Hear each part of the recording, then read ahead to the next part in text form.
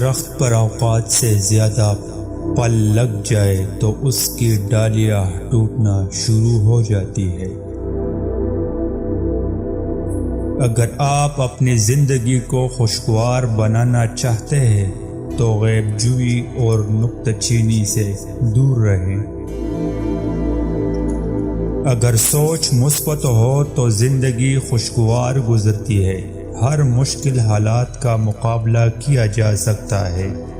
اگر سوچ میں منفی خیالات ہو تو ہنستی مسکراتی زندگی کو نظر لگ جاتی ہے۔ اپنے آپ کو پہچانے اور سوچ بدلے، زندگی خود بدل جائے گی۔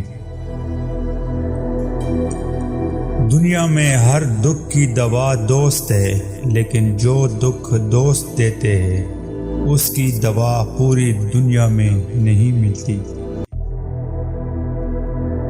اپنے آپ کو اندر سے مضبوط کر لے، باہر کے لوگ بے اثر ہو جائیں گے۔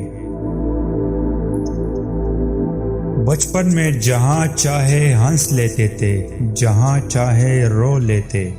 اب ہنسنے کے لیے تمیز چاہیے اور رونے کے لیے تنہائی۔ وہ لوگ خوش نصیب ہوتے ہیں جو لوگوں کی دعاؤں میں شامل ہوتے ہیں۔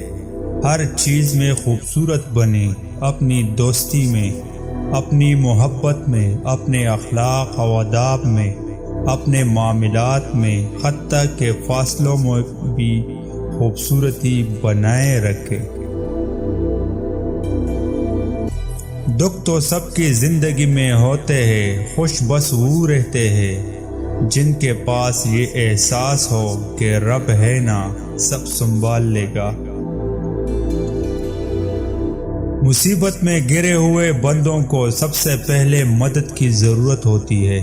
نصیحت کا فریضہ بعد میں بھی انجام دیا جا سکتا ہے۔